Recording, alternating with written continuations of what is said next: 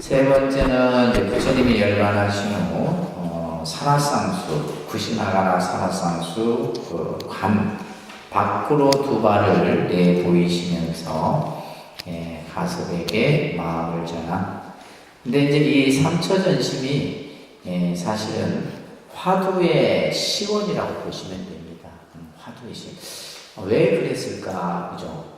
예를 들면 왜 연꽃을 들여보이고 자리를 양보하고 또 관 밖으로 두 발을 내보이셨을까? 이게 이제 어떻게 보면 화두의 근원입니다. 시원이 되리라고 볼 수가 있어요. 자, 그래서 선에서는 이 삼처전심을 아주 중요한 개념으로 생각을 합니다. 자, 오늘 67조 공부할 차례인데 우리가 이제 선이라고 하는 것은 내가 본래 부처다, 그죠? 본래 성불이라고 하는 이 개념으로부터 출발을 합니다. 그런데 왜 우리는 내가 본래 부처인 줄 우리는 알지 못할까요? 그것은 우리가 망상번뇌에 의해서 내가 본래 부처라는 사실을 모르고 있기 때문입니다. 그 내용을 교재에서는 태양에 비유하고 있죠. 밝게 태양이 비추고 있는데 그 태양을 구름이 가려버리면 태양의 빛이 없어지는 것 같지만은 구름이 거치고 나면 태양은 다시 항상 밝게 빛나고 있지 않습니까? 여러분들도 그런 것들 경험해 보신지 모르겠어요. 우리가 비행기를 타고 지상에서는 비가 내려요. 먹구름이 껴서 막 비가 내리는데 비행기가 이제 구름 위로 탁 올라가는 거예요. 그죠? 그러면 비행기 밑으로는 이제 먹구름이 쭉 꼈는데 그 구름을 뚫고 올라선 비행기에서는 햇빛이 그대로 비추고 있는 거예요. 그러니까 우리가 밑에서는 먹구름에 가려갖고 태양의 빛을 잃었지만은 태양은 그대로 비추고 있는 거예요. 이것을 이제 우리가 흔히 내가 본래, 그러니까 부처의 마음이라고 하는 것은 항상 밝게 빛나고 있는데 마치 구름에 덮인 태양의 모습처럼 그것을 우리는 알지 못하고 있다는 얘기들을 하면서 68쪽에 보면 부처님께서 보리수아래에서 깨달음을 얻고 나서 이런 말씀을 하셨어요. 기하구나. 일체 중생이 모두 열애와 같은 지혜와 덕상을 갖추었건만 분별망상으로 깨닫지 못하구나. 화엄경에 나오는 구절을 인용하고 있죠. 모든 중생이 열애와 같은 지혜와 덕상을 갖추었다. 이 열애와 같은 지혜의 덕상이라고 하는 것은 바로 불성을 얘기하는 겁니다. 그러니까 모든 중생이 다 불성을 갖추었지만은 분별망상으로 인해서 그죠? 그 불성이 있다는 사실을 깨닫지 못하는구나. 이제 이 이야기를 화엄경에서 하고 있습니다. 자, 그래서 이제 69쪽에 보시게 되면 본래 부처 사상을 철저히 계승한 것이 바로 조사선이다 라는 얘기를 하고 있어요. 그죠? 조사선이 바로 뭐냐라고 했을 때 본래 부처라는 사실을 우리에게 다시 한번 역대 조사들에 의해서 일깨워준 그 선이 바로 조사선이다 라는 겁니다. 자, 그럽니다. 본래 부처에 대한 확고한 믿음이 조사선, 가나선에서 말하는 믿음이다. 그러니까 우리가 예를 들면 불교 교리적인 측면에서의 믿음은 어떤 믿음을 얘기해요? 우리가 보통 삼기에 대한 믿음, 부처님에 대한 믿음, 법에 대한 믿음, 그죠? 승가에 대한 믿음, 이 세 가지가 이제 우리가 교리적으로는 가장 중요한 믿음이에요. 그러니까 우리가 불교에서의 믿음이라고 하는 것은 이 세 가지가 근본이 되죠. 그런데 이제 선에서의 믿음은 어떤 믿음이에요? 본래 부처라는 믿음, 그죠? 본래 부처라는 확신. 이게 이제 우리가 선과 교에서 그 믿음을 얘기할 때 다르게 설명을 하고 있는 겁니다. 그렇기 때문에 나는 본래 부처라는 확신에 찬 믿음에서 선은 뭐한다? 출발한다. 그러니까 선의 출발점이라고 하는 것은 내가 본래 부처라는 사실을 자각하면서부터 그것을 내가 믿음에서부터 이제 출발을 한다는 얘기를 하고 있습니다. 자, 그 밑에 이제 중요한 얘기를 하고 있는데 밑에 단락에 보시게 되면 자, 두 가지의 우리가 문제를 생각해 볼 수가 있어요. 첫째는 말합니다. 수행을 통해 부처가 되어가는 과정으로 이해하고 출발할 것인가? 라고 하는 한 문제가 있고, 그죠? 답답니다. 본래 이루어져 있는 부처라는 사실에서 출발할 것인가? 이 두 가지의 이제 우리가 관점을 조금 생각해 봐야 돼요. 수행을 통해서 부처가 되어 간다 라고 하는 개념은 우리가 이제 일반적이고 보편적인 불교를 처음 공부하는 분들에게 얘기를 하는 그 답이에요. 우리가 수행을 열심히 해서, 그죠? 그 수행을 통해서 부처의 완성의 자리에 가는다. 특히 이제 교회에서는 하엄경 같은 데서는 52의 단계를 설명해요. 그래서 십신, 십주, 십행, 십배양, 십지. 그러니까 보살이 수행을 해서 그 50가지를 완성을 해요. 그리고 나서 등각, 묘각이라고 하는 단계를 설정을 해놓고 있어요.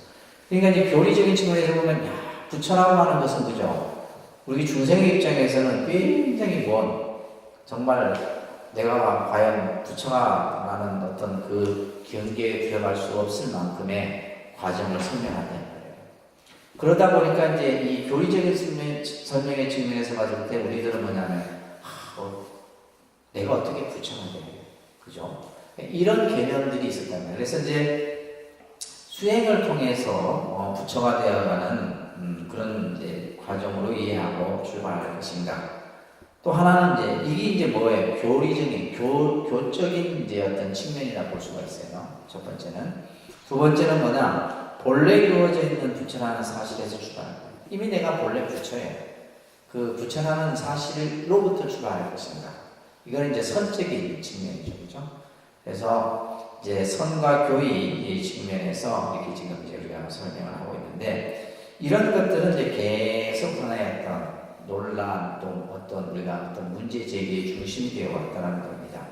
그러나 가나선에서는, 우리가 선에서는 본래 부처라는, 그죠? 그 출발점으로부터 시작한다라는 거 꼭 기억하셔야 됩니다. 아셨죠?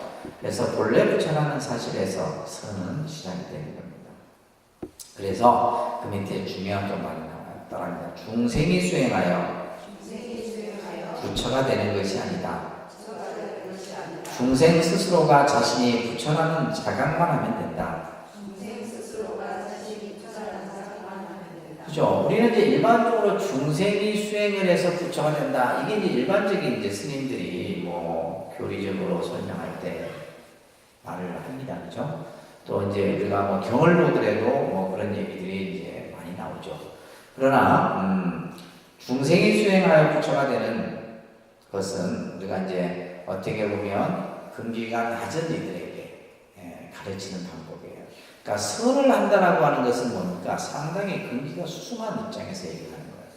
그래서 우리가 얘기를 할 때 그러잖아요. 삥삥 불러서 얘기하는 게 아니라, 그러니까 이제 막 삥 불러서 얘기하는 것은 교리적인 측면에서, 교적인 측면에서 하는 방법이 아니라면, 선은 단도직입적으로 얘기하는 거예요. 바로 가르쳐버리는 겁니다. 수행을 이렇게 해서 부처의 과정에 들어가는 거야. 이렇게 얘기하는 게 아니라, 네가 바로 부처야. 이게 바로 선이에요. 그러니까 이제 상당히 선과 교의 개념 차가 크다는 거죠. 그죠? 그래서 여기서 말하는 것처럼 중생 스스로가 자신이 부처라는 것을 자각하면 되는 것이에요. 그래서 선에서는 밑에 보시게 되면 마음을 닦고 번뇌를 털어내어 부처가 된다고 하지 않고 본래 부처인이 자기를 바로 보라고 말한다. 이게 선이에요.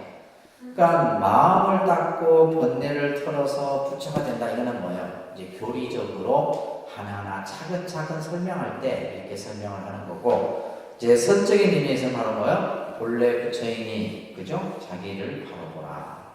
그래서 이제 성철 근스님도 항상 법문 중에 자기를 바로 봅시다. 자기를 바로 보라는 말은 바로 뭐예요? 내가 부처라는 사실을 뭐예요? 자각하라는 겁니다. 내가 본래 부처라는 사실. 그래서 대선사도 다음과 같은 말을 하고 있다고 지금 인용하고 있죠. 그죠? 이 마음이 바로 본래 이루어져 있는 부처임을 깨달으면, 내가 본래 부처라는 사실을 깨달으면 이 말이에요. 구경에는, 필경에는, 마침내에는 이 말이에요. 자제하고 여실히 안락할 것이다. 자제하고 여실히 안락하다는 말은 궁극의 해탈을 얻을 것이다. 이런 얘기예요. 온갖 묘한 작용 또한 외부로부터 오는 것이 아니다. 여기서 묘한 작용이라는 말은 뭐냐면 우리 마음을 얘기하는 거예요. 우리의 본래의 마음. 이 마음이라고 하는 것은 미묘하거든요. 그러니까 이 마음이라고 하는 것이 원래 참 마음이라고 하는 것이 밖으로부터 만들어지는 것이 아니다라는 거예요. 본래부터 스스로 갖추고 있는 것이다. 이런 얘기를 대선사도 하고 있습니다. 또 열반경이라고 하는 경에서 이제 이 열반경은 불성사상을 강조하는 대표적인 경전이죠. 그래서 이 말을 우리가 항상 여러분들이 많이 들었을 겁니다. 그런다 모든 중생이 다 불성을 지니고 있다. 이것을 일체중생 시유불성이다 라고 이렇게 지금 한자로 표현하고 있죠. 그죠? 그래서 열반경에서는 모든 중생은 다 뭘 가지고 있다? 불성을 가지고 있다. 이게 이제 대승 불교에서 아주 중요한 개념입니다. 뿐만이 아니라 조론이라고 하는 책에서도 산천과 초목이 모두 부처가 될 수 있다. 그러니까 예를 들면 풀 한 폭이 또 그죠? 우리가 예를 들면 그냥 산하대지 모두가 다 뭘 가지고 있다는 걸 불성을 가지고 있다 이런 얘기예요. 부처가 될 수 있다는 말은 불성이라는 그것을 다 가지고 있다는 얘기를 하고 있습니다. 그렇기 때문에 우리가 예를 들면 부처와 중생이 따로 구별되어 있는 것이 아니에요. 부처와 따로 중생이 구별되어 있는 것이 아니라 밑에 보시면 중생이 본래 부처고 중생이 본래 부처다. 그러니까 이제 처음 불교를 접하는 사람은 어떻게 중생이 부처가 될 수 있고, 그죠? 또 중생과 부처가 서로 다르지 않다. 이런 말들을 이제 이해하기가 쉽지가 않은데, 이제 그런 개념들은 선을 공부해야지만 이해할 수 있는 것들이에요. 그래서 중생이 본래 부처이고, 네가 사는 현실이 바로 극락이다. 이러면. 극락이 따로 있는 게 아니죠. 극락이. 우리가 예를 들면 천당이나 극락이 죽어서 가는 세계가 아니라, 결국 뭐요? 내 이 마음 안에 극락도 있고 천당도 있고 지옥도 있고 다 있는 거예요. 이런 본문들을 이제 스님들이 많이 합니다. 하는데 그 개념을 여러분들이 정확하게 이해를 하고 계셔야 되는 거예요. 자, 그런데 이제 이러한 사실을 우리가 모르고 있는 거죠, 그렇죠? 중생과 부처가 다르지 않고 우리가 사는 현실이 바로 극락이고 정토고 지옥이다라는 것을 우리는 알지 못해요. 그것을 알지 못하는 원인은 바로 무엇이냐라고 했을 때 밑에 이제 요 말이 나오죠, 그죠? 무지라는 말. 그러니까 무지, 무명, 무지무명이라는 말. 무지는 어떤 말이냐면 어리석음이죠, 그죠? 어리석음이에요. 어리석음이고 무명은 뭐냐면 이거는 말 그대로 캄캄한 어둠의 상태를 의미합니다. 어둠의 상태. 그래서 결국 우리가 내가 본래 부처라는 사실을 알지 못하는 것은 무지와 바로 이 무명 때문이다. 이것이 우리를 뭐 하고 있는 거예요? 마치 태양이 구름을 덮고 있는 것처럼 이것이 우리를 다 감싸고 있는 거예요. 그래서 이제 우리가 수행을 통해서 뭐예요? 어리석음을 그죠? 걷어내고 무명을 타파하고 이런 표현들이 나오는 겁니다. 그래서 무지무명으로 인해서 이것을 이제 우리가 좀 더 쉽게 얘기하면 그럽니다. 탐진치라고 하는 말이 나오죠. 그럽니다. 탐진치. 이 탐진치를 우리가 교리적으로는 삼독심이라 합니다. 뭘 한다고요? 우리 마음속에 가지고 있는 가장 근본적인 번뇌입니다. 번뇌. 이것을 근본번뇌라고 해요. 근본번뇌. 이 말은 뭐냐면 이제 우리가 번뇌가 헤아릴 수 없이 많지만은 모든 번뇌는 이 탐진치 삼독으로부터 비롯되는 거예요. 탐진치 삼독심으로부터 비롯됩니다. 근데 이제 이 탐진치 삼독이 소멸된 상태를 우리는 뭐라 하느냐? 열반이라 얘기하는 거예요. 열반의 뜻이 바로 뭐다? 탐진치 삼독이 소멸된 상태를 열반이라. 그래서 탐은 욕심이죠, 그죠? 욕심. 그 다음에 지는 뭐야? 분노. 치는 어리석음. 자, 이것에 의해서, 그죠? 이 탐진치의 분별망상이라는 말이 나오는데, 분별망상. 분별망상을 우리는 이것을 한마디로 얘기하면 번뇌라 얘기하는 거예요. 그래서 탐진치 삼독의 번뇌에 가려서 자기가 본래 부처라는 사실을 알지 못하고, 또 그렇기 때문에 우리가 내가 여기서 부처의 능력을 발휘하지 못한다라고 하는 것은 내 마음의 에너지를 우리 스스로가 그것을 100% 활용하지 못하는 거예요. 우리 마음이라고 하는 것은 이제 법화경, 화엄경이나 이런 데에 대해서 보면 이런 표현이 나와요. 이 우주가, 그죠? 이 우주라고 하는 것은 우리는 지금 뭐예요? 지구 중에 대한민국은 아주 작잖아요, 그죠? 지도를 보게 되면. 그러니까 이 우주는 뭐예요? 전 그냥 이 지구의 대기권 밖을 나가면 예를 들면 토성도 있고 목성도 있고 그래서 이제 불교에서는 이 우주론을 설명할 때 우리가 예를 들면 그 우주를 어떻게 표현할까 했을 때 불교에서는 어떻게 표현하면 삼천대천세계다 이렇게 표현하는 거예요. 이런 말 들어보셨죠? 삼천대천세계. 그래서 우리가 보통 소천세계는 작은 우주가 1000개가 모이면 소천세계, 또 그 다음에 소천세계가 또 모이면 중천세계, 그 다음에 대천세계, 삼천대천세계. 그러니까 이 삼천대천세계라는 말은 이제 우주 공간론 쪽으로 얘기했을 때 온 우주를 그냥 얘기를 하는 거예요. 근데 이 우주가 어디에 있다? 내 마음 안에 들어있다. 그러니까 이 마음이라고 하는 것이 얼마나 대단한 거예요, 그죠? 이 우주가 내 마음 안에 들어있다. 이런 이제 사실은 개념은 여러분들이 불교를 이제 좀 깊이 공부를 하게 되면 그렇구나 하는 사실을 무릎을 치면서 알게 됩니다. 이 우주가 내 마음 안에다. 자, 그런데 그것을 우리가 알지 못하는 것은 바로 이 탐진치 분별망상에 가려져 있기 때문이다. 자, 그 다음 페이지 넘겨보시게 되면 그렇기 때문에 이제 우리는 뭘 해요? 수행이라는 것을 하게 되는 거죠, 그죠?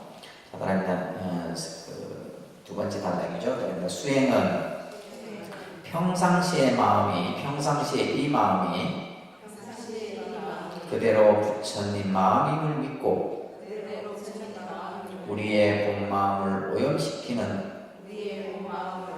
조작과 시비 아르마리를 떠나는 일이다. 그래서 우리가 알면 불교에서 수행이라는 것을 강조하잖아요. 염불도 수행이고 참선도 수행이고 절도 수행이고 불교에서 모든 것이 다 수행이에요. 그 수행을 한다라고 하는 것은 결국 무엇을 하게 하는 것이냐? 여기서 말하는 것처럼 내 마음의 근본 자리를 찾는 것이 수행이에요. 수행이 뭐냐라고 했을 때 한마디로 뭐요? 내 마음의 그 근본 자리를 찾는 게 수행이다. 쉽게 얘기해서 이제 마음 찾는 것이 바로 수행이다 이런 얘기예요. 근데 그 마음을 찾기 위해서는 우리 마음 속에서 무엇을 지워야 되냐면 첫째는 조작. 그죠? 내가 앞에서 말씀드렸죠. 여기다가 심자를 붙이면 조작심 이렇게 되는 거예요. 조작심. 조작이 뭐라고 그랬어요? 얘가 임의대로 뭔가를 짓는 건 조작이에요. 스스로 생각을 짓죠. 스스로 뭔가를 생각을 일으켜서 생각을 이것은 이렇구나 라고 자기가 생각을 한다. 쉽게 말해서 단정 짓는 거죠. 이거는 이렇구나, 저것은 저렇구나, 이런 거. 이게 조작. 그 다음에 여기서 또 어떤 마음이 나와요? 시비 분별. 시비 분별, 그죠? 옳다, 그르다 라고 하는 시비심. 자, 여기서 지금 제가 설명을 드리고자 하는 것은 지혜입니다, 지혜. 이 지혜인데 한자로 쓰면 알지자 알해자라고 해서 몇 번 말씀드렸어요, 그죠? 이것을 우리가 선에서는 아름아리다 이렇게 얘기해요. 바랍니다. 아름아리. 우리는 이제 이 지혜 말고 또 지혜가 이쪽이죠. 어떤 지혜예요? 반야지혜라는 말이 있어요. 지혜. 한자로 이렇게 쓰죠, 그죠? 지혜. 이 지혜하고 이 지혜. 발음은 잘 비슷해요. 지혜, 지혜. 야, 진짜 한국 사람도 발음하기 어렵다. 근데 이 지혜는 뭐냐면, 이것은 지식이에요, 지식. 지식과 같은 거예요. 지식은 뭐냐면, 우리가 예를 들면 학습을 통해서, 혹은 경험을 통해서, 이 지식을 우리가 습득을 하죠. 그죠? 습득을 하는데, 이 지식의 한계는 뭐냐면, 늘 뭘 한다는 거예요? 분별을 한다는 거예요. 분별이라고 하는 것은 뭐냐? 옳다, 그러다, 참이다, 거짓이다. 라는 것을 일으키게 되는데, 그것이 바로 뭐예요? 이 선에서 말하는 아르말이다. 그런데 이 불교에서의 지혜, 이 지혜는 어떠냐면 분별을 하지 않습니다. 쉽게 말해서 참도 아니고 거짓도 아니고 참이라 해도 참이 아니고 거짓이라 해도 거짓이 아니고 분별을 하지 않아요. 이게 이제 우리가 불교에서 추구하는 지혜죠. 그죠? 지혜입니다. 근데 이제 우리가 일반적으로는 이걸 우리는 이제 하는 거예요. 여러분들이 이제 불교를 공부해요. 불교를 공부하고 선을 공부한다라고 하는 것은 뭘 지금 쌓고 있는 거예요, 여러분들? 지식을 쌓는 거예요. 지식을 쌓다 보니까 어떻게 돼요? 아, 이게 맞는 말인가? 틀리는 말인가? 예전에는 다른 스님은 그렇게 얘기 안 했는데, 이러면서 그죠? 뭘 해라는 거예요? 분별을. 옳다, 그러다, 맞다, 틀리다. 이건 뭐예요? 아름다워. 이것은 선에 있어서는 아주 해서는 안 되는. 우리가 또 이제 수행을 해 나가는 데 있어서 이 아르마리를 버려야 되는 겁니다. 그렇기 때문에 우리가 이제 밑에 보시게 되면 육조단경의 해능선사도 선도 생각하지 말고 악도 생각하지 마라. 선도 생각하지 말고 악도 생각하지 마라. 이러할 때 어떤 것이 그대의 본래 면목인가? 이게 이제 하나의 화두이기도 합니다. 자, 그래서 우리가 이제 시비와 분별에 여러분들이 얽매이게 되면 우리의 본래 마음을 잃어버리게 되는 겁니다. 그래서 선을 우리가 선수행을 가나선 수행을 통해서 우리가 자꾸 이제 이 화두 수행을 가나선을 수행하다 보면 시비와 분별에 얽매이지 않게 되는 거다, 이런 얘기예요. 그래서 밑에 보시면 화두를 드는 것은 조작과 시비 분별을 없애기 위한 것이다. 이렇게 설명을 하고 있습니다. 그래서 자, 우리가 이제 이 본래 부처라고 하는 개념을 다시 한번 여기서 설명을 하고 있습니다. 자, 그 다음 페이지에 보시면 이제 우리가 앞에서도 잠깐 이 구절을 봤었는데 이것을 이제 선의 정의라고 합니다. 선의 정의. 또 이것을 여기서는 선의 특징이다라는 표현으로 쓰고 있는데, 자, 앞에는 이걸 붙이세요. 선이란 이런 말을 먼저 붙이고 여러분들이 이해를 하면 조금 더 이해하기가 쉽습니다. 따라합니다. 선이란, 큰 소리로 선이란 경전 밖에 따로 전해지는 가르침으로 문자에 의존하지 않고 바로 마음을 가리켜 성품을 바로 보아 부처가 되는 것이다. 제가 앞에 선이란 이렇게 붙였잖아요, 그죠? 그래서 이 구절을 외우셔야 돼요. 선이 도대체 뭐냐라고 했을 때 선이란 정전 밖에 따로 전해지는 가르침으로 문자에 의존하지 않고 바로 마음을 가리켜 성품을 보아 부처가 되는 것이 바로 선이다, 이런 얘기예요. 따라합니다. 한자를 보게 되면 이건 이제 스님들 시험 문제에 아주 뭐 매일 나오는 이 내용. 이걸 쓰라 그러죠. 선의 특징에 대해서 써라, 선의 정의에 대해서 써라 했을 때 이걸 쓰는 겁니다. 교회별전, 따라합니다. 교회별전, 불임문자, 직지인심, 견성성불. 자, 이게 바로 이제 선이에요. 선. 이 선을 드러내는 아주 간단 명료한 정의다라고 볼 수 있습니다. 자, 그 밑에 줄 보시게 되면 마음을 바로 가리켜서 자신의 성품을 보아 깨닫는 것이 이것이 바로 선의 목적이에요. 그러니까 마음을 가리켜 성품을 보아 부처가 된다. 이 말이 바로 뭐예요? 선의 목적이 됩니다. 목적이 되는 거예요. 그러면서 문자와 경전에 의존하지 않는 것이 바로 뭐예요? 그 목적을 달성하기 위한 방법이다. 그러니까 선을 어떻게 우리가 공부해야 되느냐 했을 때 뭐예요? 문자나 그죠? 언어에 의존하지 않는다. 오로지 뭐예요? 마음만을 가지고 하는 것이 바로 선이다. 그러면서 그 선이 이제 궁극적으로 이제 하는 목적이 바로 뭐냐? 자신의 성품을 바로 깨닫는 것이 바로 선이다. 이렇게 이제 설명을 하고 있는데, 자, 73쪽에 보시게 되면 이 불임문자 교회결전이라고 하는 이 개념을 여러분들이 잘 아셔야 돼요. 이것을 이제 잘못 이해하는 사람들은 어떻게 이제 이것을 이해하냐면, 선은 문자나 언어를 중요하게 여기지 않는다. 이렇게 얘기해서 하는 경우가 있어요. 문자나 언어를 중요하게 여기지. 그러니까 우리가 예를 들면 제가 지금 선을 여러분들에게 설명하는데, 문자나 언어를 빌리지 않고 어떻게 선을 설명해요? 그죠? 근데, 그래서 이제 예를 들면, 그 이유를 지금 이제 여기서 이제 여러분들이 공부를 하시는 거예요. 자, 언어나 문자에 얽매이지 않는다. 혹은 문자에 집착하지 않는다. 이런 이제 개념으로 이 불임문자 교회결전을 생각하는데, 자, 그 밑에 보시면 해능 스님의 그 육조당경에 나오는 말씀이 있습니다. 따라합니다. 선지식이여. 내가 공을 말하는 것을 듣고 공에 집착하지 마시오.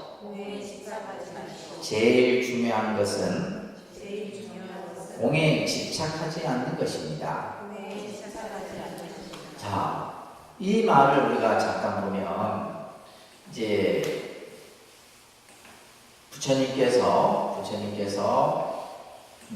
20년 이상 20년 가까이를 뭐에 대해서 설했냐면 공에 대해서 설하셨어요. 이 공, 이 하나를 가지고. 그래서 이 공사상이 나오는 경전이 반야경입니다. 무슨 경전? 반야경이라는 경전. 그러니까 이 경전이 600구 반야라고 합니다.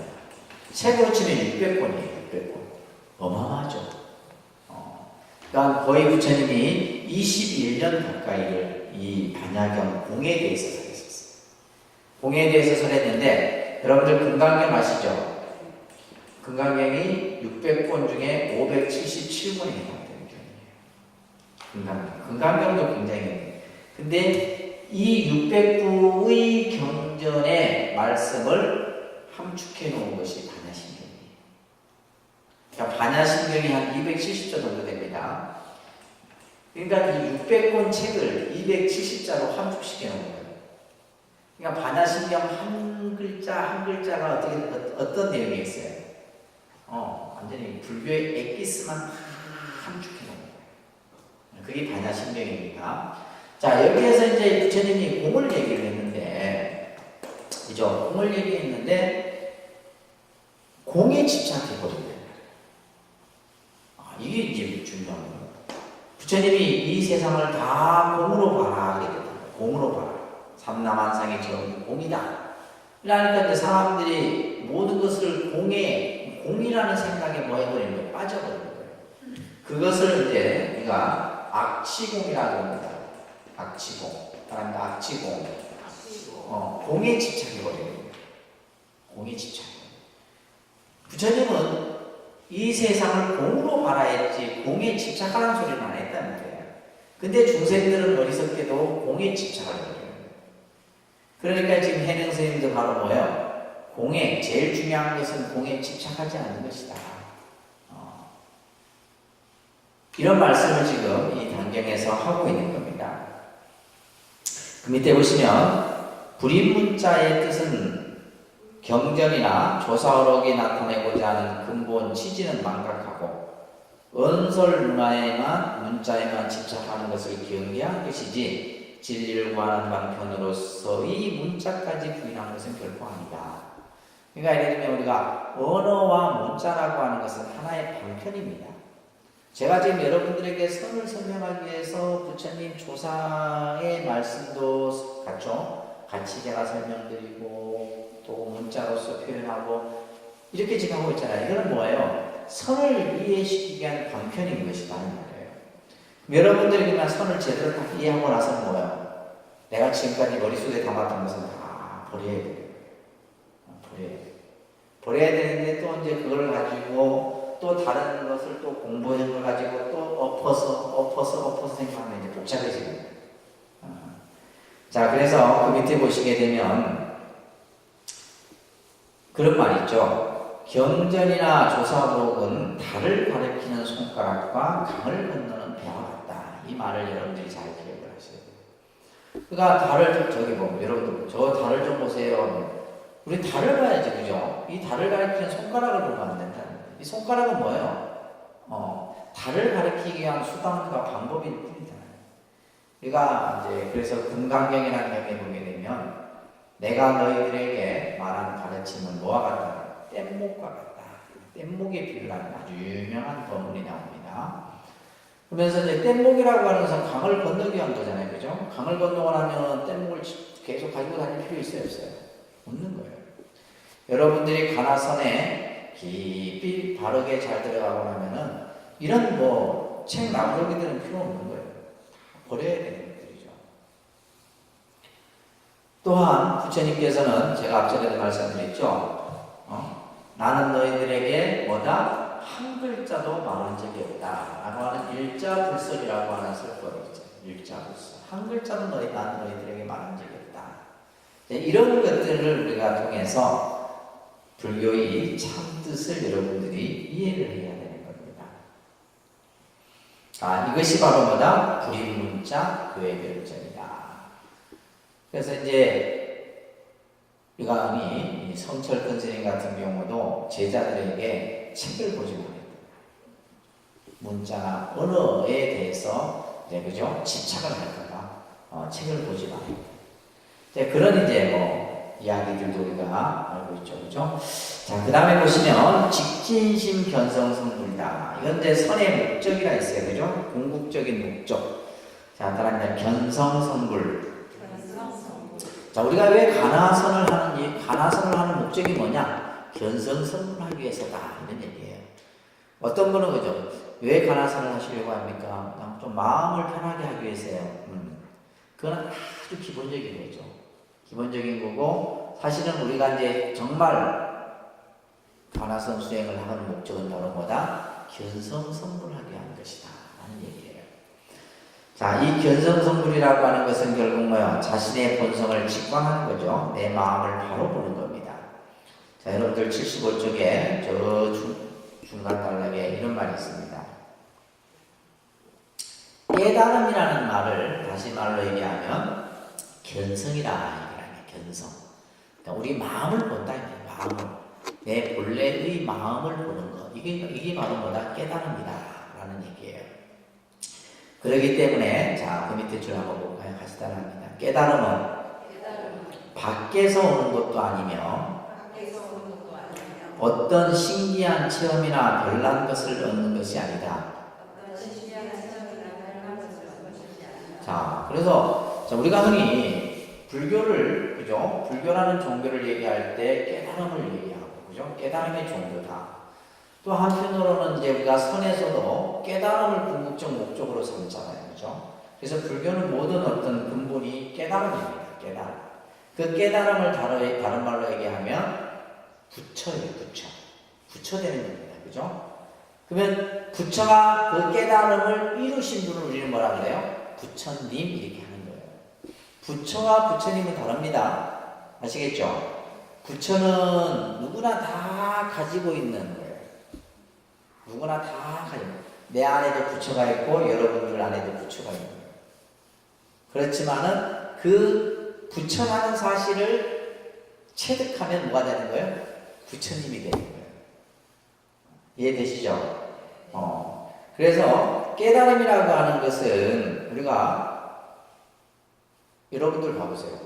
사람들이 막 부처를 찾으려고 해요. 부처님을 찾고 부처를 찾기 위해서 말하면 그냥 여기도 가고 저기도 가고 한다 이거예요. 우리가 이제 예를 들면 많은 불자들이 이제 보궁 같은 데 가잖아요. 보궁. 우리도 이제 그저께 갔다 왔잖아요. 보궁. 그래서 정멸보궁 하면 이제 사람들이 생각할 때 그 정멸보궁에는 부처님의 사리가 모셔져 있어서 우리가 느낌으로는 그 자리에 가면 부처님이 있을 것 같아요. 그래서 사람들이 그래서 정멸보궁을 가는 거예요. 정멸보궁을 가는데 근데 실제 부처는 어디에 있는 거예요? 다 우리 마음 안에 다 있는 거예요. 있는 것이고 단지 이제 우리가 예를 들면 그게 가면 뭐래요? 부처님의 흔적을 볼 수 있는 것이지. 자, 우리가 예를 들면 불상이라고 하는 이 불상이라고 하는 모습을 통해서 이 불상을 통해서 우리는 뭐예요? 부처를 찾을 수 있을까요? 부처를 못 찾는 겁니다. 불상을 통해서 부처를 찾지 못하는 거예요. 그래서 우리가 이제 그런 그 이야기가 선화에서 나오죠. 다나 천연선사 같은 경우는 불상을 태워버렸어요. 불상을 태워버렸대요. 이 다나 천연선사가 어느 암자에 하룻밤 묵게 됐습니다. 묵게 됐는데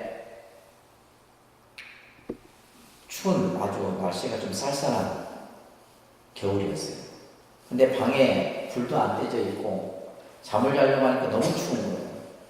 근데 다른 스님들은 그냥 뜨뜻한 방에서 자고 있고, 그러니까 이게 절에 가게 되면 객방이 있어요. 객방. 그러니까 보통 객실이라고 하는데 이제 스님들이 이제 이렇게 오시게 되면 이제 하룻밤씩 묵어갈 수 있는 객실이 있는데 이 스님이 이제 아무리 이제 잠을 청해도 추워서 잠을 잘 수 없는 거예요. 그래서 나무를 아무리 찾아봐도 나무가 없대요. 근데 마침 법당에 딱 들어갔더니 부처님 불상이 목불이. 그래갖고 이 다나천연선사가 그 자리에서 부처님을 불상을 가지고 그냥 도끼로 쫙 잘라갖고 이제 군부를 떼고 주무신 거예요. 아침에 이제 스님들이 법당에 예고를 하러 뚝 들어갔는데 불상이 없어졌잖아요. 그래갖고 막 불상을 막 찾으러 막 다니는데 이 객스님 방 아궁이에 불상이 타다남은 그 흔적이 딱 남아있어요. 그냥 스님들이 이제 막 그냥 막 진짜 속된 말로 때려 패려고 아니 어떻게 스님이 돼서 불상을 그렇게 태울 수 있느냐 이렇게. 이때 이제 다나천연선사가 하는 말이 나는 혹시나 부처님이라 여러분들이 늘 섬기는 부처님이라 해서 혹시 사리가 나올까 한번 불에 넣어봤다는 거예요. 이게 이제 아주 유명한 목불을 태웠다는 얘기인데 그러면서 이제 이 다나천연선사가 하는 말이 목불은 나무로 된 부처는 불을 건널 수가 없고 예를 들면 뭐예요? 진흙으로 만든 도불이라는 거예요.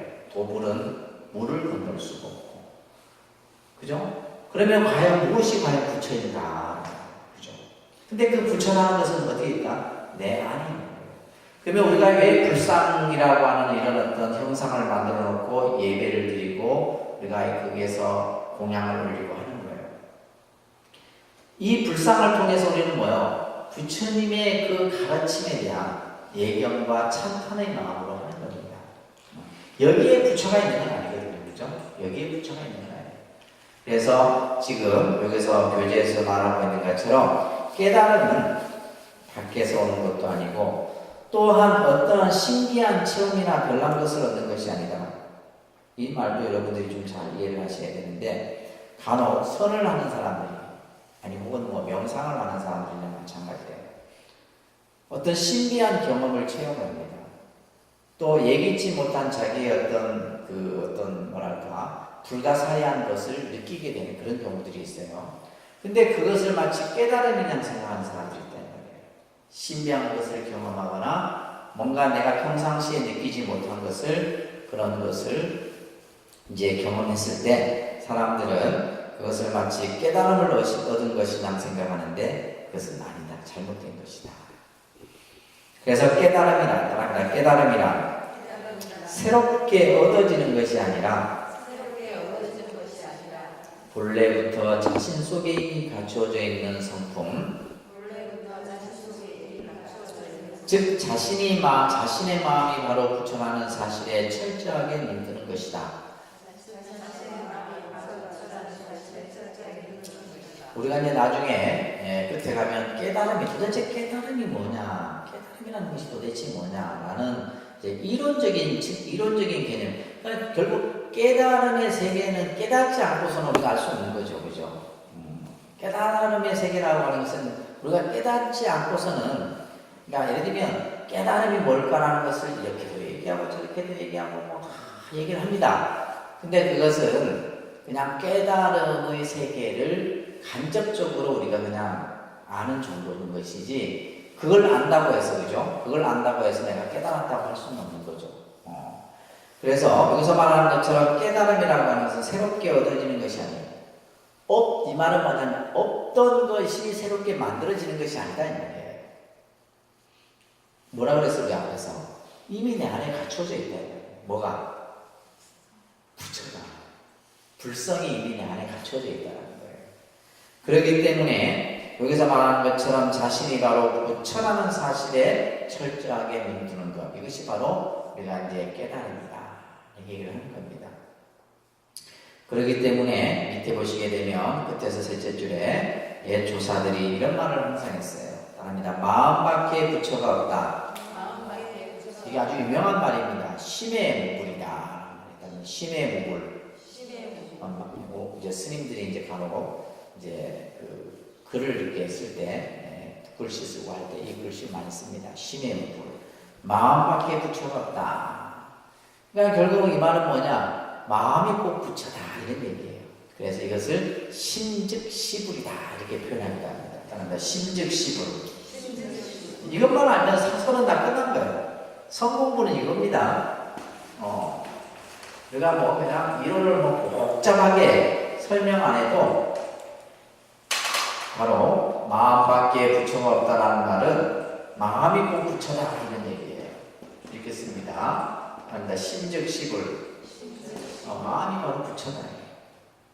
내 마음이 바로 부처인 것이지, 그렇기 때문에 다른 데서 부처를 찾지 말아야 해요. 다른 데서 부처 찾지 말아요. 다른 데서 부처 찾는 만큼 어리석은 게 없는 겁니다. 그래서 임재의연 스님이, 자, 같이 한번 요 구절, 임재록에 나오는 구절인데 같이 소리내서 한번 읽습니다. 같이. 그대가 어디에서나 치달려 구하는 마음을 쉬지 못하기 때문에 알지 못하는 것이다. 그러므로 조사가 말하기를 찔찔장구여 머리를 가지고 머리를 찾는구나 하였다. 그대가 이 한마디 말에 스스로 돌이켜 자신을 비추어 다시는 다른 데서 찾지 말고 몸과 마음이 조사나 부처와 다르지 않음을 알아서 당장에 아무 일 없으면 바야흐로 법을 얻었다고 한다. 무슨 말인지 아시겠어요? 자, 우리가 이제 여기서 치달려 구하는 마음을 쉬지 못하기 때문에 우리가 이 마음 공부가 어렵다는 얘기예요. 치달려 구하는 마음. 치달려 구하는 마음. 그러니까 우리는 자꾸 뭔가를 구하려고 하고 뭔가를 찾으려고 한단 말이에요. 아니, 이미 있는데 왜 찾기는 어디 가서 찾아요? 그래서 이제 어떤 사람들은 이제 도대체 부처가 어디 있지? 부처 우리가 이제 쉽게 얘기해서 선을 부처 찾는 공부다, 이렇게 표현하기도 해요. 말로 그렇게 표현하는 겁니다. 근데 이미 갖추어져 있는데 찾는 게 아니라 우리는 뭐 하는 거예요? 있는 것을 뭐 하는 거예요? 있다라는 사실을 아는 것이 중요한 거예요. 있다라는 사실을 아는 것. 그래서 여기서 치달려 구하는 마음을 쉬어야 된다, 이 말이에요. 치달려 구하는 마음을 쉬지 못하면 우리가 참 부처의 모습을 얻지 못하는 거예요. 그렇기 때문에 뭐예요? 머리를 가지고 머리를 찾는, 머리가 있는데 또다시 머리를 찾는 격이다, 이 말이에요. 부처가 내 안에 있는데, 그죠? 이미 갖추어져 있는데 또 부처를 찾는다고 딴 데 가서 우리가 헛수고를 하고 있는 거예요. 그러면서 여기 끝에 줄 보시게 되면 몸과 마음이 조사와 부처가 다르지 않음을 알아서, 그래서 이제 화엄경에도 그런 말이 나옵니다. 마음과 부처와 중생이 서로, 그죠? 차별이 없다, 이런 말이 나와요. 하나다 이런 얘기죠. 마음이다, 부처다, 중생이다 라고 하는 것이 서로 차별이 없이 하나인 것이다. 그걸 알면 이제 바로 뭐예요? 바로 깨닫는 거죠. 그래서 선은 이것을 공부하는 것이다 라는 것을 여러분들이 잘 아셔야 됩니다. 그래서 밑에 줄에 보시게 되면 견성이라고 하는 것, 그죠? 이게 바로 이제 우리가 부처를 찾는 일이죠, 그죠? 자신이 직접 체험에 의해서 달성되는 것이다. 자신이 직접 체험에 의해서 누가 대신 깨달아 주는 게 아닙니다. 그래서 이제 선에서 자주 쓰는 말 중에 하나가 냉난자지라는 말이 있어요. 차고 뜨거운 것은 스스로 자기 자신이 알 뿐이에요, 그죠? 그래서 다른 사람이 누가 대신해 줄 수도 있는 게 아니고 또 어떤 것을 직접 자기 자신의 체험에 의해서만이 알 수 있다는 얘기를 하고 있습니다. 밑에 보시게 되면 철저한 자기의 내적 체험이라는 말이 있어요. 그 줄을 잘 좀 표시해 두면 철저한 자기의 내적 체험, 이것을 자내증이라고 표현합니다. 아주 선적인 표현인데 따릅니다. 자내증, 따릅니다. 자내증. 선의 깨달음이 바로 이거예요. 철저한 자기의 내적 체험. 그렇구나.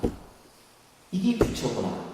이게 이 자리구나. 라는 것을 아는 것. 이게 바로 자내증. 그래서 그 상태를 우리는 뭐라는 거예요? 깨달음이다. 라고 얘기를 하는 겁니다. 깨달음이다. 그래서 불을 만져보아야 뜨거운 정도를 알고, 물을 마셔봐야 차고 더움을 안다. 이런 말을 하고 있는 겁니다. 그래서 아무리 경전이나 조사어록을 줄줄 외우고 이해한다고 떠들어봐야 한순간 마음으로 깨닫는 것만 못하다. 그래서 이제 금강경에도 이제 그런 이야기가 나오는데, 그 금강경에 대가라고 하는 이제 스님이 계시는데, 이 스님이 이제 금강경에 대해서는 뭐 해박한 거예요. 막 그냥 뭐 뒤로 깨나 앞으로 깨나 아주 능통한 스님인데, 이 스님이 이제 어느 날 이제 딱 걸망을 짊어지고 길을 가다가 점심때가 됐어요. 배가 출출한데 마침 떡 파는 덕산 성감선사라는 선사예요. 덕산 스님인데, 떡을 파는 노인이 있어서 이제 노인한테 떡 한 점 줄 수 있어 이렇게 물으니까 이 노파가 스님이 제가 하는 질문에 답을 하신다면 제가 스님께 떡을 공양을 올리겠습니다. 그래서 스님 무슨 공부를 하십니까? 이렇게 노파가 물었대요. 그러니까 나는 평생을 금강경을 공부했습니다. 그러면 제가 금강경에 나오는 질문 하나를 드리겠습니다. 그래서 금강경에 그런 구절이 있어요. 과거신 불가득, 현재신 불가득, 미래신 불가득이라는 말이 있어요. 과거의 마음도 얻을 수 없고, 현재의 마음도 얻을 수 없고, 미래의 마음도 얻을 수 없다 하는데, 스님은 어느 마음에 점을 찍으시겠습니까? 그게 이제 점심이에요. 우리 아침 점심 왔잖아요, 그죠? 점심이 그 뜻이에요. 한자어가 거기서 나온 거예요.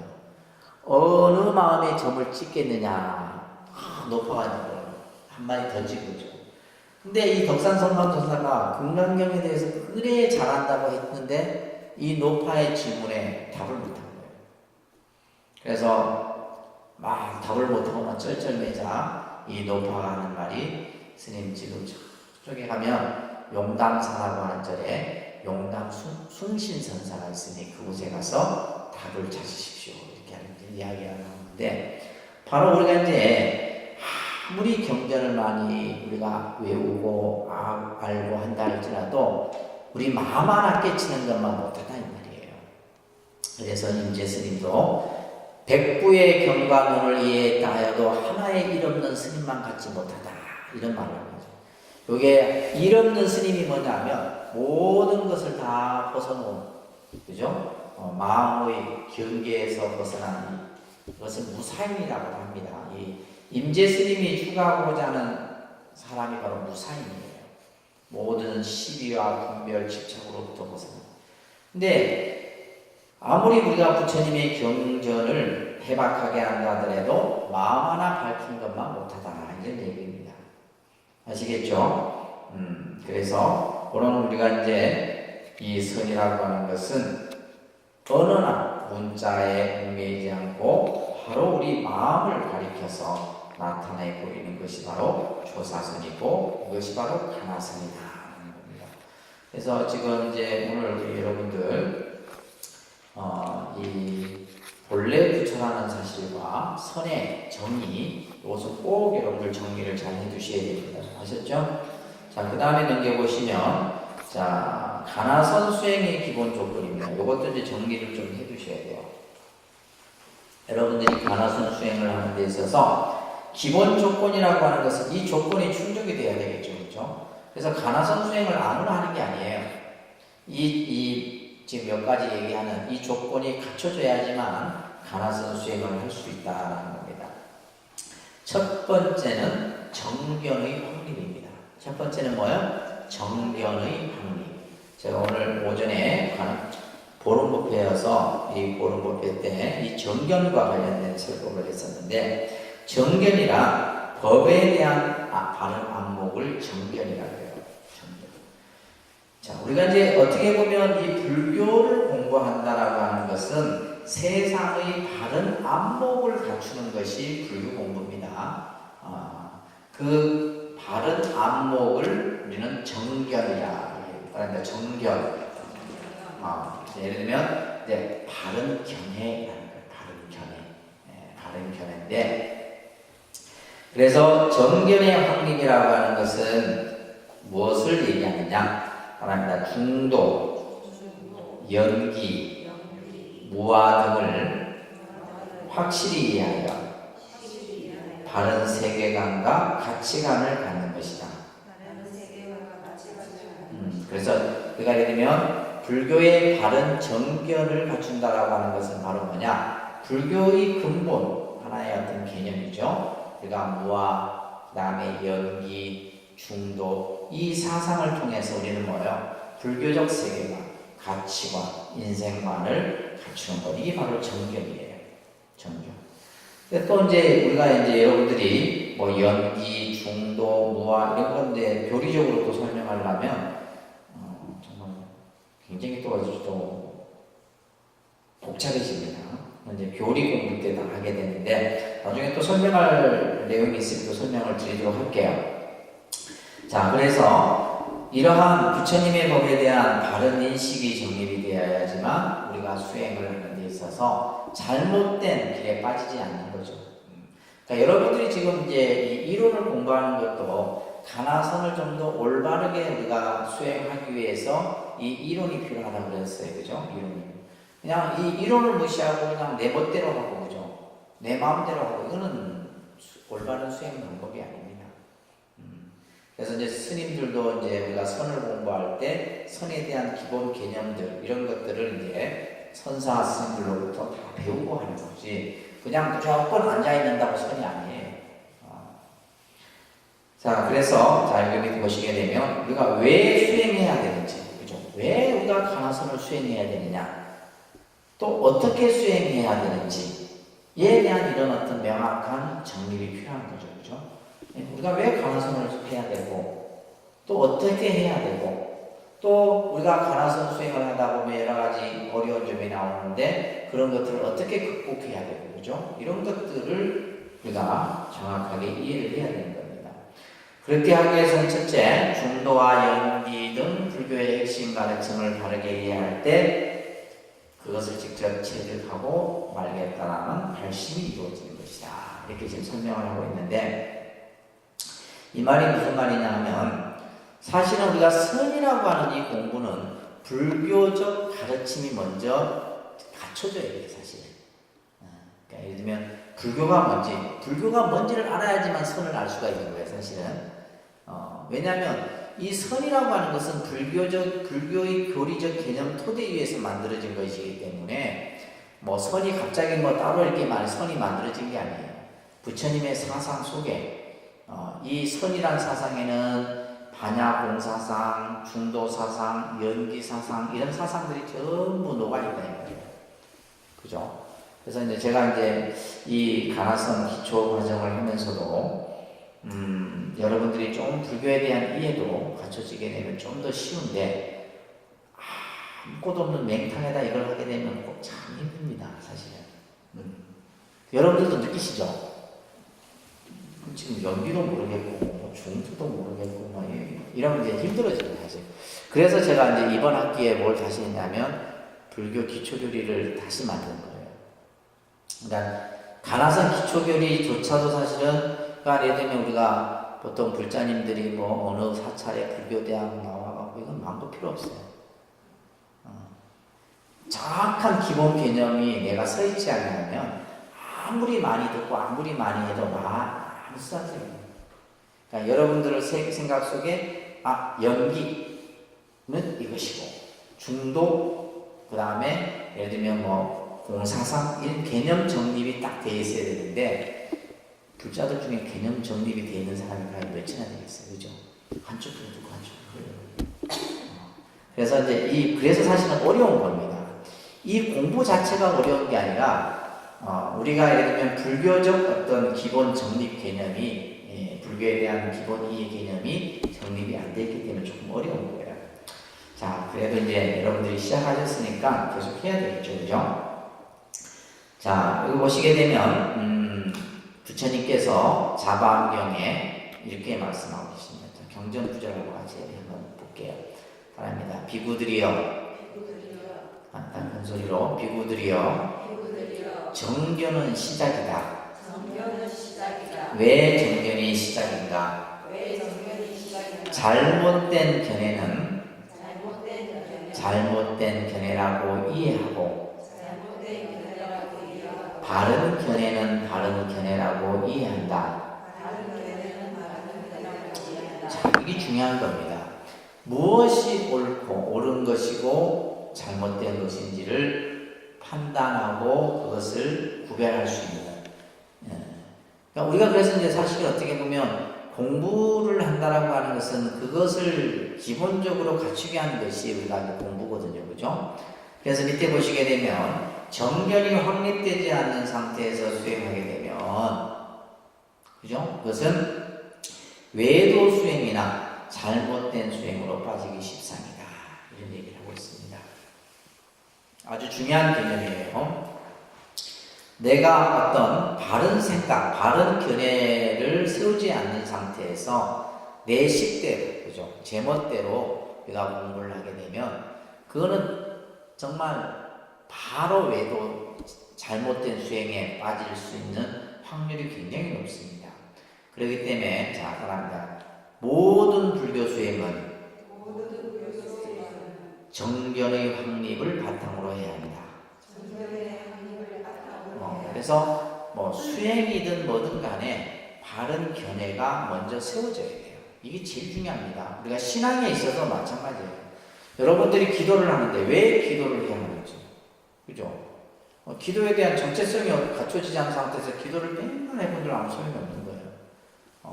도대체 기도라는 것이 과연 무엇인지, 그죠? 또 기도를 왜 해야 되는지, 또 기도를 하다가 어떠한 문제가 생겼을 때 그것을 어떻게 대처해야 되는지, 이런 것들이 이제 우리가 중요한 개념이라는 거예요. 그래서 여러분들이 이제 불교 공부도 그와 같은 입장에서 봐야 되는 겁니다. 그렇기 때문에 간화선 수행도 예외도 아니다라는 얘기예요. 자, 그 밑에 이제 쭉 밑에 보시게 되면 바랍니다. 그것을 끝에서 셋째 줄이에요. 불교의 시작은 인간의 본의의식으로부터 비롯되었다. 말을 이제 그런 얘기예요. 자, 이 얘기가 무슨 얘기냐 하면, 제가 이제 불교를 여러 각도에서 내가 이제 공부를 하다 보면 이제 정리가 되기 시작합니다. 공부가 정리가 되기 시작해요. 이제 막 이 얘기도 듣고 저 얘기도 듣고 뭐 여기 막 이게 막 하지만은 어느 정도에 이르게 되면 그 막 산만하게 흩어졌던 것들이 하나하나 구슬이 끼어지듯이 정리가 딱 일목요연하게 돼요. 그렇게 되다 보면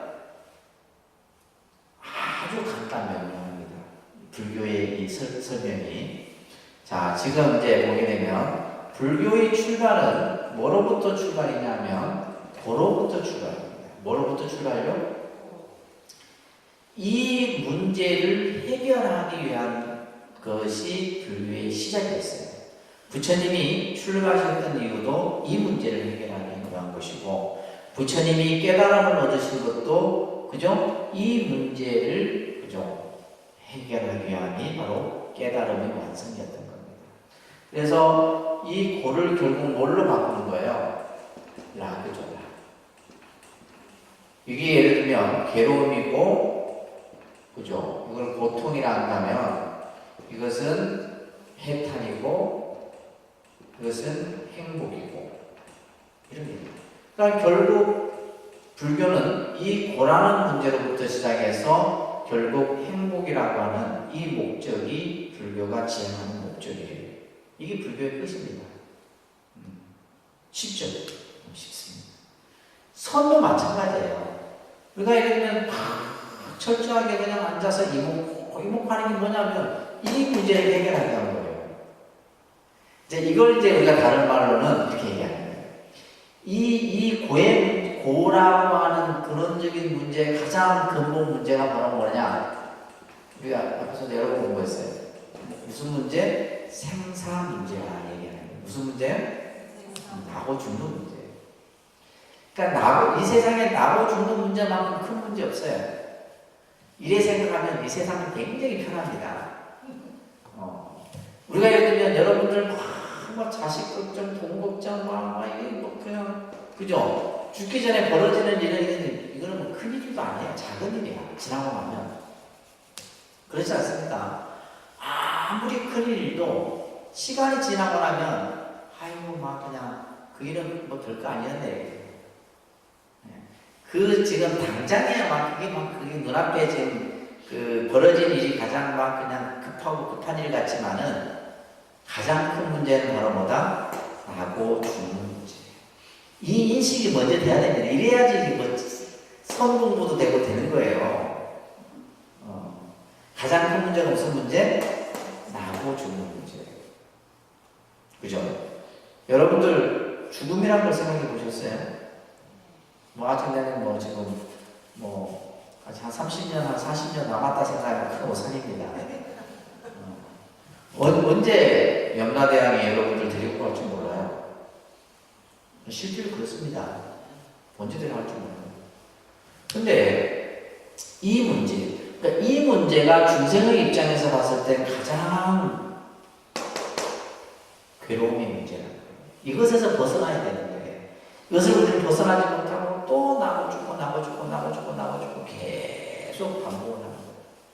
자, 그래서 지금 여기서 말하는 것처럼 불교의 시작은 인간의 고뇌 의식으로 들립니다. 왜 인간은 태어나고 늙고 죽어야만 하는가? 그죠? 이거예요. 부처님이 출가했던 이유도 여기에 있고, 부처님의 그 출가의 어떤 그 문제를 해결한 그 답도 여기서부터 출발하는 거예요.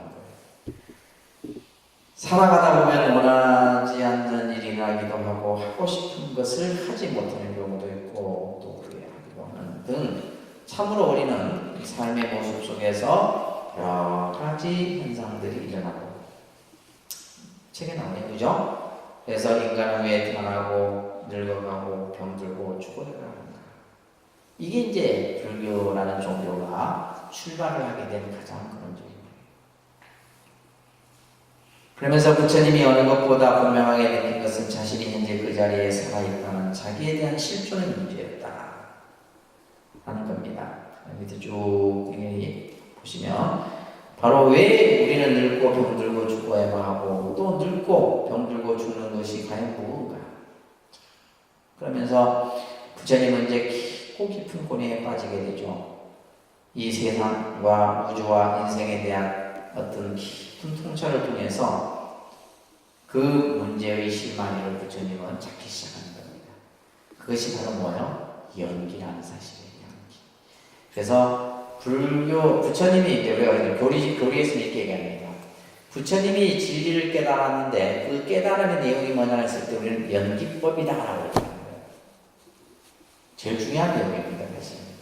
우리가 예를 들면 불교에서의 깨달음, 교리적으로 얘기할 때 불교의 깨달음이 뭐냐라고 했을 때 그 깨달음은 뭐다? 그러면 연기법. 연기법이에요.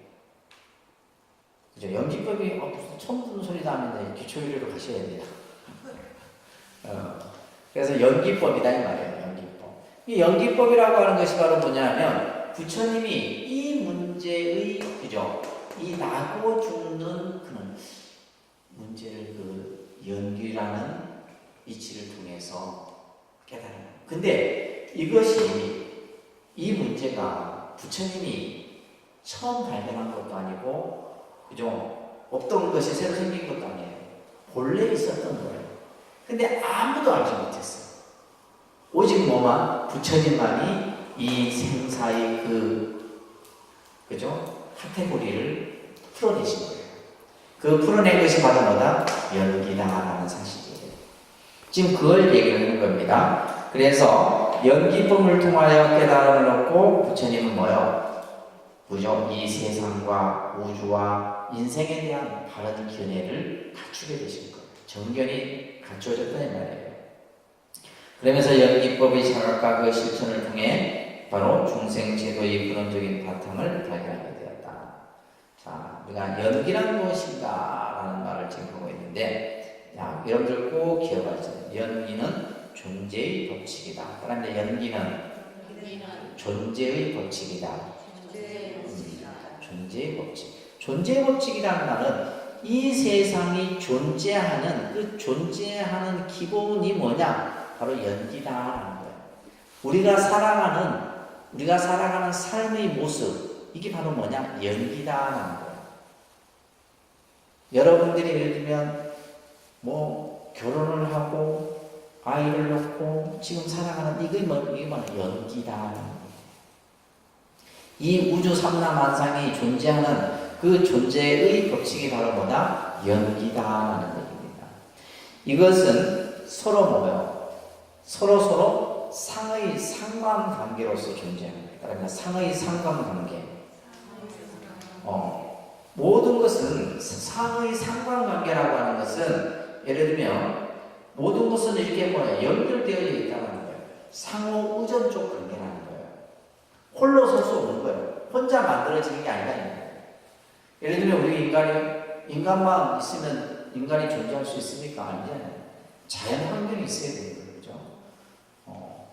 그래서 모든 현상은 서로 다 상의 상관관계에서 만들어진다는 겁니다. 그래서 서로 의지하고 더불어 존재하는 거예요. 이것을 우리는 요즘 말로 얘기하면 상생이라 얘기합니다. 서로 더불어서 함께 만들어지는. 이 연기법이 얼마나 위대한 가르침이냐면요. 요즘에 21세기에 그러니까 예를 들면 요즘에 인간학이라든지 또 이런 어떤 학문들, 새로운 어떤 21세기에 어떤 사회적 대안을 찾는 학문 세계가 있어요. 그 학자들이 지금의 우리 인류가 겪는 여러 가지 문제들, 환경, 그죠? 그다음에 여러 가지 지금의 핵전쟁 등등등등등 수많은 그런 문제를 풀 수 있는 키워드는 불교의 연기밖에 없다 얘기합니다. 제 얘기가 아니에요. 실제로. 그래서 그들이 쓰는 논문을 보게 되면 마지막에 불교적 사고를 끌어와서 만들어 설명해요. 그만큼 이 불교의 이 연기설은 대단한 가르침이에요. 그래서 가장 과학적이고 가장 합리적인 가르침이 뭐예요? 불교입니다. 여러분들은 그걸 지금 공부하고 계시는 거예요. 가장 합리적이고 가장 과학적이고 가장 논리적이고. 근데 이제 사실은 우리가 불교 공부하는 분들은 그걸 모르죠. 근데 여러분들은 신앙적으로 불교를 접근하다 보니까 모르는데, 이게 서구 유럽이나 이런 데서 보면 우연히 그 아마존 사이트 있죠. 거기 보면 요즘에는 다양한 미국에서 수많은 책들이 나와요. 그 중에서 가장 많은 영역을 차지하고 있는 것이 불교 서적이에요. 어마어마하게 그 사람들은 불교에 대해서 연구를 하고 합니다.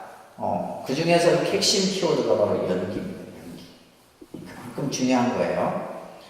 자, 그래서 모든 것은 서로 그죠? 함께 더불어서 만들어지고 없어지는 거예요. 이것이 상멸이라는 표현을 쓰고 있습니다.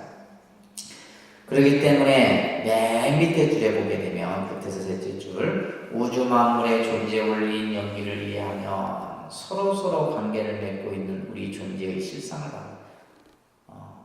여러분들 그런 걸 느껴본 적 없으세요? 나는 이 사람을 참 나하고 전혀 관련이 없는 사람인 것 같은데 알고 봤더니 나랑 관계가 있는 사람이에요. 몇 개 건너다 보니까 그죠? 나하고 관련이 있는. 이게 이제 연기예요. 이 세상의 모든 존재는 서로 관계되어져 있다는 거예요. 관계되어져 있기 때문에 그렇기 때문에 뭐요? 다른 사람이 고통을 당하면 내 또한 아픈 거예요. 내 또한 아픈 겁니다. 그래서 가장 가까운 인연이 뭐예요? 부모 자식의 관계죠. 부모 자식의 관계. 그러니까 자식이 아프니까 부모도 아픈 거예요. 무슨 말인지 이해되세요? 이게 바로 뭐예요? 연기고 이것이 인연이에요.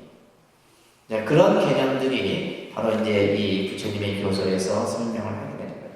그러다 보니까 이제 맨 끝에 줄에 나오죠. 이러한 연기론적 관점에서 보게 되면 우리가 예를 들면 동물이든 또 식물이든 자연 환경이든 간에 결국 우리가 예를 들면 지구가 지금 병든 원인이 뭐예요? 우리가 지구를 너무 함부로 대기 때문에 이게 연기예요. 그러니까 우리가 예를 들면 이제 뭐 요즘에 뭐 환경오, 오염, 수질 이런 얘기를 많이 하잖아요.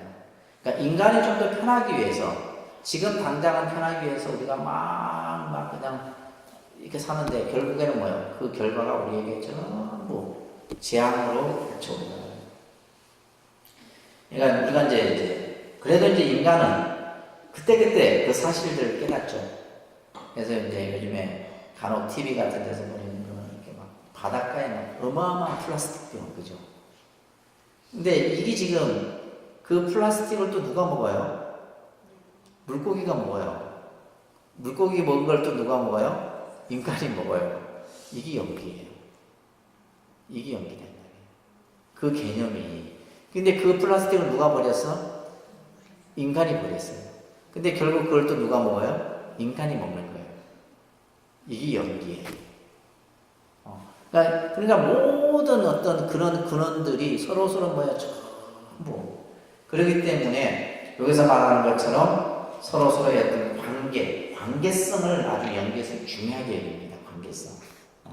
사람으로. 그래서 이제 이러한 연기의 개념에서 우리가 인연이라는 말이 불교에서 많이 중요하게 여기는 거예요. 인연이라는 말. 자, 그런 얘기들이 이 연기의 개념에서 정해진 겁니다.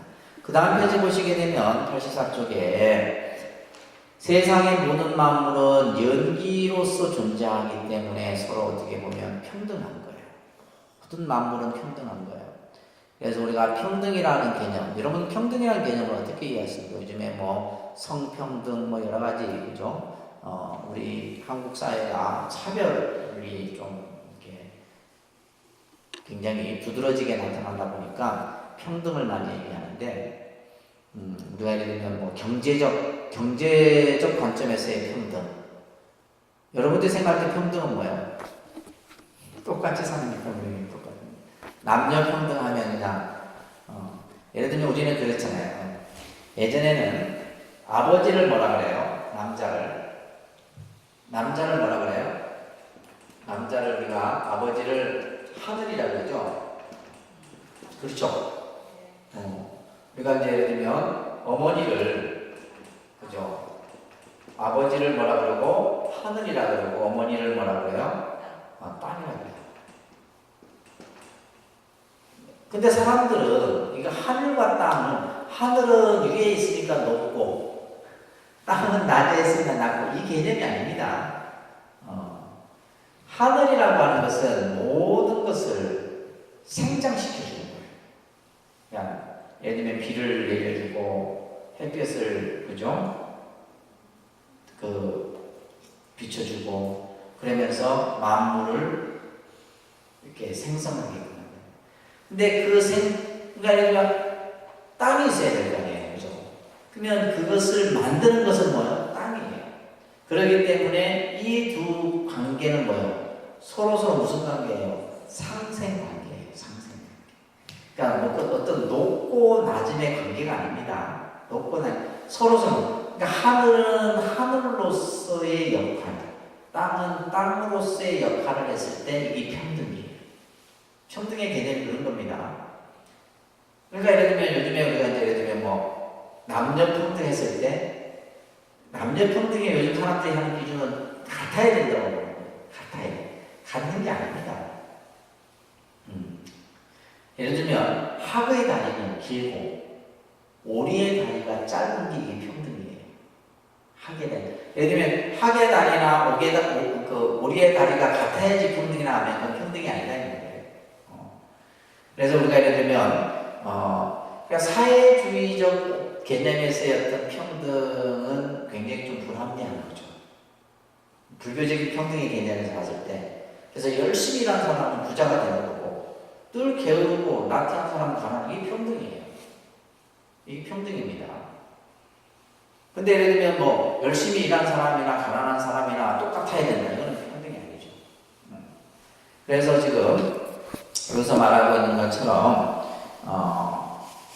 모든 세상은 연기의 존재이기 때문에 평등하다. 연기의 존재이므로 평등하다 이런 말이에요. 또 그 각자의 어떤 사물은 고유의 가치가 있고 그 자체로 완성되어 있기에 존재하는 거예요. 그 자체로 존재하는 거예요. 존귀하고 존재하는 겁니다. 자, 그래서 부처님이 터득한 깨달음이라고 하는 것은 청정과 평등의 속성을 지니고 있다. 그 깨달음의 속성 가운데 평등의 개념으로 내세운 것이 바로 뭐다? 중도의 개념이다. 중도 사상. 중도. 어디에도 치우치지 않는 거죠. 어디에도 치우치지 않는 것이 중도입니다. 유하고 선과 오름과 그름, 내편과 내편, 괴로움과 즐거움의 양단에 치우치는 것을 떠나는 것을 우리는 바로 뭐라 한다? 중도의 개념이라 한다. 치우치지 않는 겁니다. 치우치지 않는 것. 이처럼 두 가지를 여인다는 것은 두 가지를 모두 포기하는 것이 아니라 그들을 다 포함하면서 살린다는 것을 의미하는 것이다. 그래서 둘을 포함하면서 부족할 때는 보충해주고 넘칠 때는 덜어주며 평등을 유지하는 것이 이것이 바로 이제 중도는 평등이다. 이런 얘기를 지금 설명하고 있습니다. 자, 그 다음 85쪽에 보시게 되면 양극단에 치우친 세계, 우리가 선과 악이다, 부처와 중생이다, 내편과 내편이다, 그죠? 그래서 우리가 사는 세계는 이것을 계속 나누고 있다 이 말이에요. 네, 나누고 있는 거예요. 그러다 보니까 항상 뭐가 생기냐? 대립과 투쟁이 생기는 겁니다. 그래서 불교의 어떤 이러한 연기론적 중도 사상을 통해서 모든 사람이 함께 더불어서 함께 할 수 있는 그런 가치가 불교적 가치입니다. 그래서 맨 끝에 줄 보세요. 그래서 중도는 단순히 중앙 가운데 타협을 의미하는 것이 아니라 연기의 논리 방식처럼 가장 보편적인 해탈의 논리로서 평등이 가르치는 바로 중도의 개념이다 라는 얘기를 하고 있습니다. 자, 오늘은 여기까지만 할게요. 그래서 연기, 중도 이 개념은 불교적 개념에서 아주 중요한 논리입니다. 나중에 이제 또 여러분들이 이 연기만 가지고 박사 논문이 수십 편입니다. 굉장히 아주 무궁무진한 이 연구 주제가 바로 이 연기예요. 연기. 자, 오늘이 며칠이죠? 23일.